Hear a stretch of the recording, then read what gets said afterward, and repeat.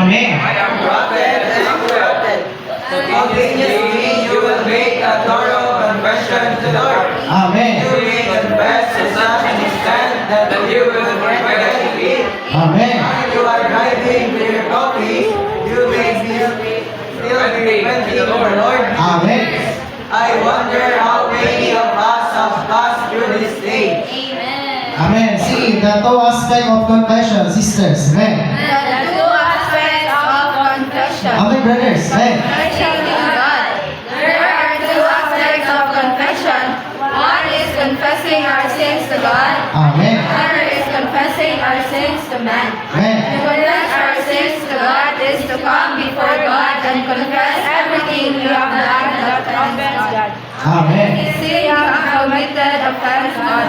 No matter whether in our eyes the sin is against God or against man. Amen. David killed Uriah and Right. murdered his wife. Amen. Perhaps to our view, David only sinned against man and offended man. Amen. David said that he had sinned against God and had offended man.